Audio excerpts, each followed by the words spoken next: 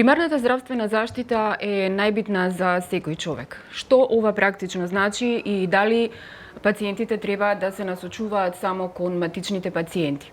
Дали во државава постои некаква друга услуга која што може да ја побараат без разлика дали ја плаќа Фондот за здравство или ја плаќаат приватно? Утрово ќе се обидеме да добиеме одговори на сите овие прашања од доктор Билјана Јовановска, која од приватна здравствена ординација, која што нуди една услуга која што се вика Твој доктор. Доктор Билјана, добро утро. Од името на Слободен печат, ви благодарам што ја прифативте поканата и што одвоивте време. Знам дека имате премногу пациенти кои што во моментот ве чекаат и во ординација, меѓутоа чекаат и домашна посета. Ве најавив како Твој доктор. Може ли накратко да им објасниме на нашиве гледачи што всушност значи оваа услуга и што се можат да добијат доколку се јават на вашиот телефонски број и се појавите во нивниот дом? Па, Твој доктор дома е иновативна услуга која што ја пружа поликлиника на примарно ниво Халкмет. Самото име кажува дека станува збор за еден вид на домашна посета, односно преглед од општ лекар во услови и во рамките и удобството на нивниот дом. Значи, секој граѓанин, за сега на територија на Скопје, може, доколку има некаков проблем, да се јави, здравствен проблем се разбира, да се јави на нашиот телефонски број и да го сподели, нели, првично да се консултираме за каков, доколку не станува збор за некаква итна медицинска состојба, доколку, нели, во самиот разговор се прави триажа да се види дали е итна медицинска состојба и ако состојбата не е таква, тогаш може да ја си повикаат Твој доктор дома и да добијат преглед во рамките на домот. Тоа е накратко е тоа. Инаку услугите кои што може да ги добијат, значи вклучува ЕКГ, општ преглед, аускултација, исто така има и технички услуги кои што се од типот на промена на катетри. Ако ништо пропуштив, ќе ме подсетите, земење на лабораториски материјали за да се достави. Следното прашање, дали доколку имаат некаков здравствен проблем каде што треба да се направи основна крвна слика, може тоа да го добијат во нивен дом и каде понатаму дали докторот и сестрата, практично вие ги носите тие понатаму и резултатот го добиваат дома. Да. Значи, начинот на кој што се одвива тоа е, понекогаш има, доколку станува збор за домашна посета, односно Твој доктор дома е повикан во рамките на работно време кога работат лабораториите, некои од анализите не може да се направат веднаш, меѓутоа најчесто има услови да се земат анализи, се има контейнери кои што може, нели, да престои крвта во текот на неколку часа за да се транспортира до лабораторија со која што соработува Халкмет и се прават анализите и после тоа се анализира и повторно, нели, повратна информација и се прави проценка како понатака да се продолжи процесот на лекувањето. Така. Да разјасниме уште на самиот почеток. Ова е услуга која што не ја покрива Фондот за здравство, туку е приватно се плаќа, да.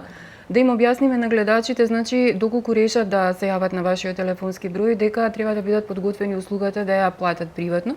Колку чини таа во моментов и дали е исплатливо едноставно за да се работи, бидејќи она што вие го нудите во моментов во градов е, да не речам, се бројат на една рака, па дури и помалку ја имаат вашата услуга. Зависи за кого е исплатливо. Во моментов, ако гледаш од аспект на потрошувач, сигурно ќе му изгледа скапо, ако гледаш од аспект на некој кој што ја пружа здравствената услуга, во кој што треба да се искористат, нели, ресурсите за да се отиде до домот на пациентот во зависност од каде се наоѓа и така натака.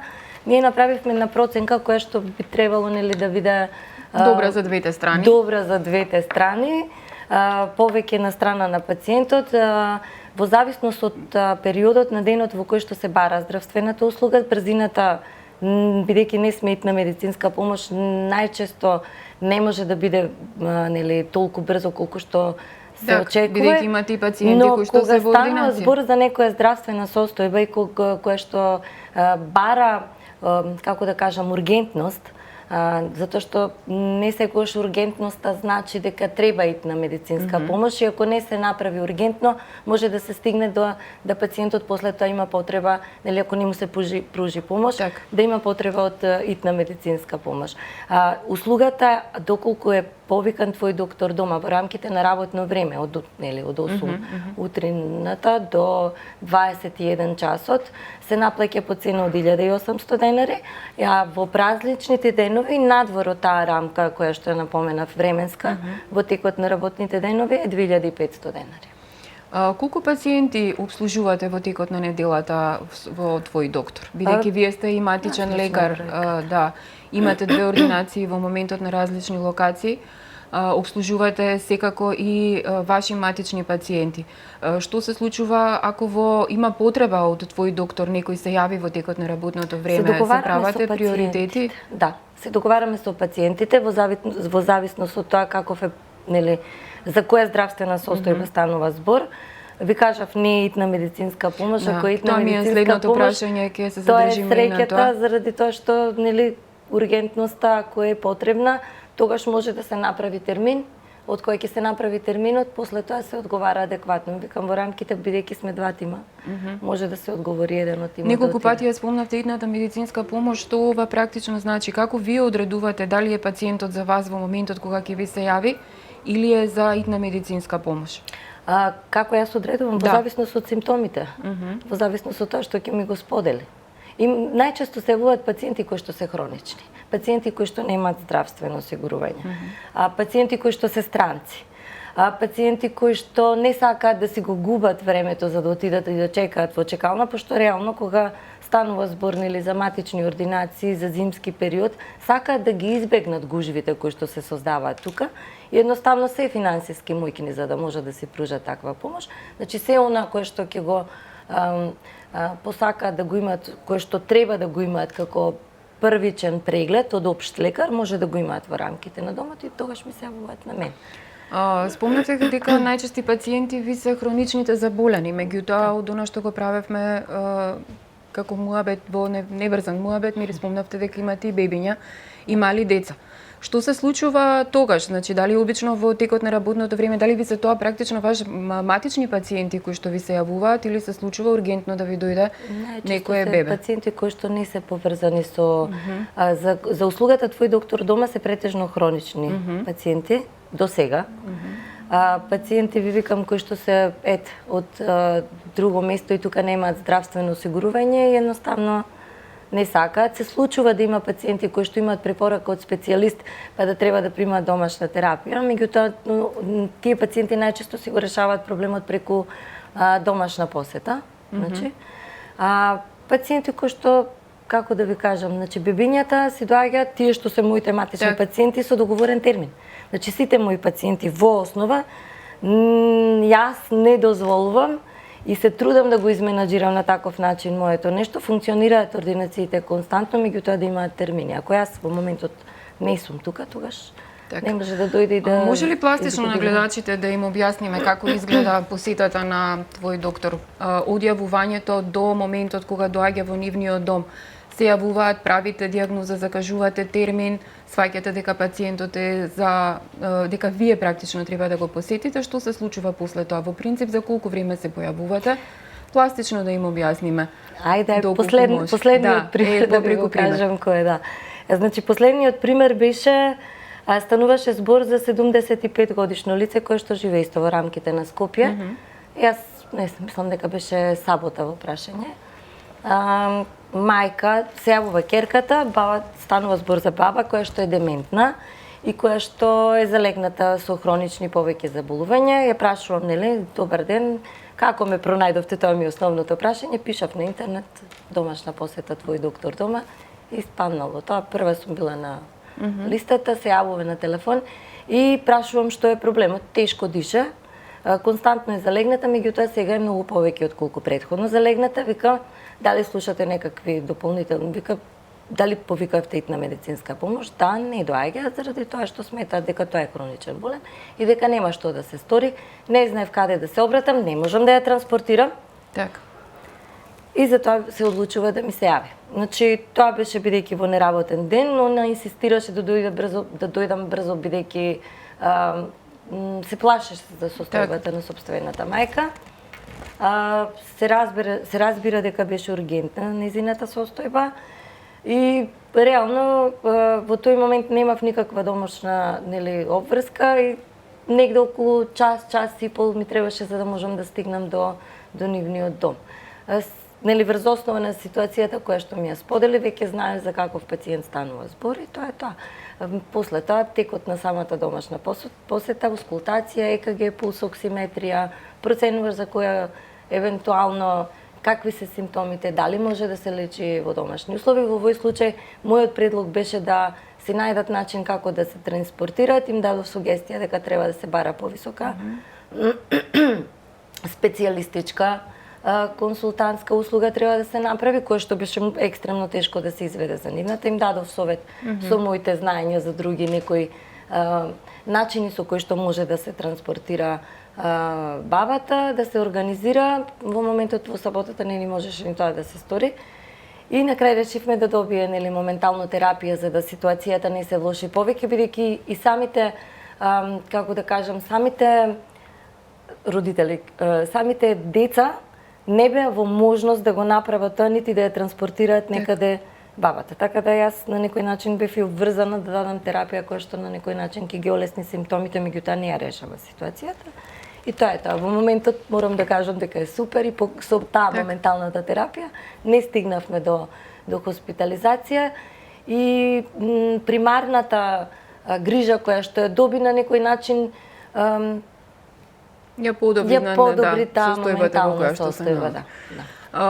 Околу грипот, вие сте сепак матичен пациент. Имате ли премногу пациенти, зборувам, кои што се јавуваат со компликации?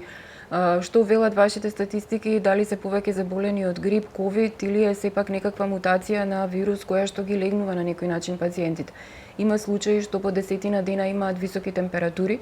Дали и во такви услови ви се јавуваат за да одите на терен? Тогаш најчесто терапијата ни се јавуваат, се случуваат компликации од грипот, нели најпрвично да ги одговорам кои се, да не успеам да се залетам во моите други одговори. Има компликации, меѓутоа тоа не значи дека треба веднаш да се посегне радикално. Секогаш првиот совет е кога ќе ме повика некој, нели, симптоматска е терапијата и се олеснуваат симптомите. Единствено нешто кое што може да се направи да се даде некој антипиретик и бидејќи кога станува збор за грип малце не сме ние посензитивни, него едноставно не легнува во кревет и имаме болки во цело тело и заради тоа е потребно да се даде некој аналгетик и антипиретик за да може малку да се олесни, за полесно да се надмине ситуацијата. Сега се следи во текот на 5-7 дена дали ќе има или нема да има подобрување. Јас лично мојот начин на менаџирање со состојба на грип е со природни препарати и ви викам аналгетици доколку е потребно, симптоматска терапија, ако нешто болки во грвло се дава. Ако треба да се направи домашна посета, да се стави некој лек се става. Ако не се препишува лекови кои што се пијат перос, апсолутно истите работи кои што ги правам. Ги добиваме од страна на матичниот лекар. После ако станува збор за компликација, проценката станува ако после 7 ден, 7 ден, да кажеме, се случува нешто повторно дигнува температура, се симнала или не се симнала. Сам тоа што имаме долг период температура не треба да ни биде некој водечки лајт мотив дека тоа е компликација. Значи долгиот период значи дека едноставно на нашиот организам му е потребно подолго време да се избори. Покачената температура на организмот е одбранбен механизам. Значи начин на кој што телото се бори со вирусот. Значи тоа е убивање на вирусот. Не треба да не загрижува дека ете константно, не треба па дури ни да се стремиме константно да ни биде 36,5, реално трае уште вирозот. Значи стремењето е да не е 39 и нагоре, ако е мало дете за да не направи грчеви, ако е повозрасен ете потешко. Децата и возрастните се поспецифична група каде што истоштуваат, дехидрираат, да не доведе до дехидратација, меѓутоа комплетно снижување на температурата и дека тоа е некоја компликација, па не. Така. Нема потреба.